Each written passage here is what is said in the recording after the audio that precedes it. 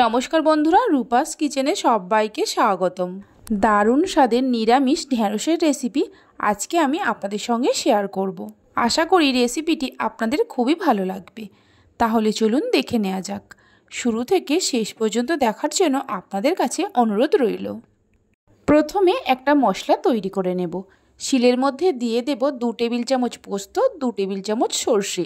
অল্প জল দিয়ে সর্ষে আর পোস্তটাকে ভালো করে বেটে নেব।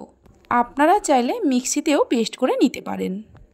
সর্ষে আর পোস্তটাকে বেটে নেওয়া হয়ে গেছে, একটা বাটির মধ্যে তুলে নিয়ে রেখে দেব। এখানে আমি 400 গ্রাম ঢ্যাঁড়স নিয়েছি। ঢ্যাঁড়সগুলোকে প্রথমে ধুয়ে নিয়ে দুটো সাইড কেটে নিয়েছি। আমি ঢ্যাঁড়সগুলো গোটা গোটা রেখেছি, আপনারা চাইলে ঢ্যাঁড়সগুলোকে ছোট করেও কেটে নিতে পারেন।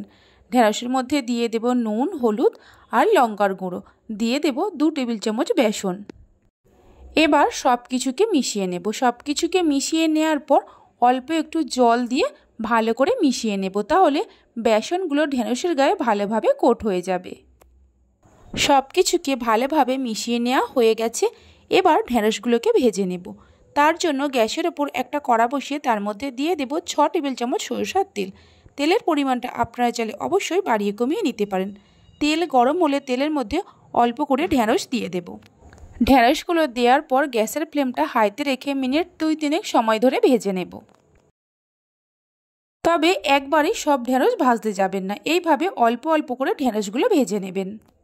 খুব বেশি সময় ধরে ঢ্যাঁড়সগুলো ভাজতে যাবেন না, তাহলে ঢ্যাঁড়সের যে একটা সুন্দর কালার আছে নষ্ট হয়ে যাবে।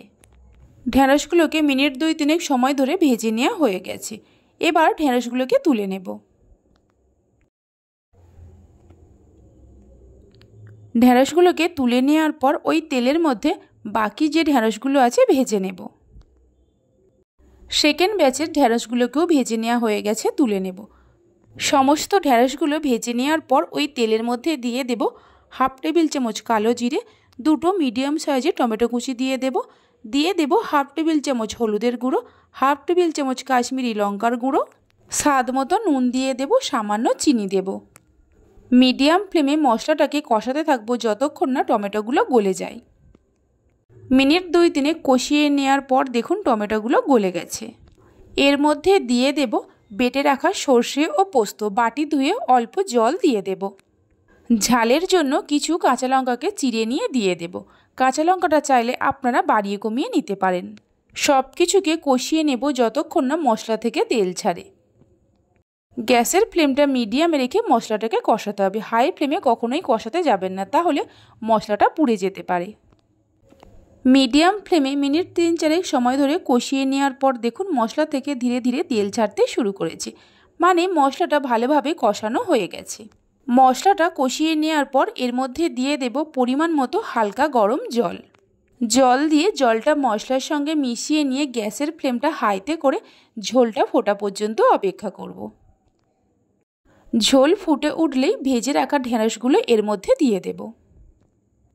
ভেজে রাখা ঢ্যাঁড়সগুলো দিয়ে ভালো করে মিশিয়ে নিয়ে গ্যাসের ফ্লেমটা মিডিয়ামে করে মিনিট 4-5 সময়ের জন্য ঢাকা দেব। পেঁয়াজ রসুন ছাড়া নিরামিষ এই ঢ্যাঁড়সের রেসিপিটি বাড়িতে বানিয়ে দেখতে পারেন, খেতে অসাধারণ লাগে। 5 মিনিট পর ঢাকা খুলে হালকা হাতে একটু নাড়াচাড়া করে নেব। হালকা হাতে নাড়াচাড়া করতে হবে, তা না হলে ঢ্যাঁড়সগুলো ভেঙে যেতে পারে। দেখুন রেসিপিটি কত সুন্দর হয়েছে। সব শেষে কিছু ধনেপাতা কুচি দিয়ে দেব। ধনেপাতা কুচি দিয়ে গ্যাসের ফ্লেমটা বন্ধ করে দেব। ধনেপাতা কুচি দিয়ে হালকা হাতে একটু মিশিয়ে দেব। নিরামিষ ঢ্যাঁড়সের রেসিপিটি তৈরি হয়ে গেছে। ভাত, রুটি যে কোনো কিছুর সঙ্গে পরিবেশন করতে পারেন। আমার রেসিপি যদি আপনাদের ভালো লেগে থাকে অবশ্যই একটা লাইক করবেন আর আমাকে কমেন্ট করে জানাবেন। ভালো লাগলে চ্যানেলটি সাবস্ক্রাইব করে পাশে থাকা বেল আইকনটি প্রেস করবেন, তাহলে আমি যখনই কোনো রেসিপি দেব খুব সহজেই দেখে নিতে পারবেন। আপনারা সবাই ভালো থাকবেন, সুস্থ থাকবেন। ধন্যবাদ।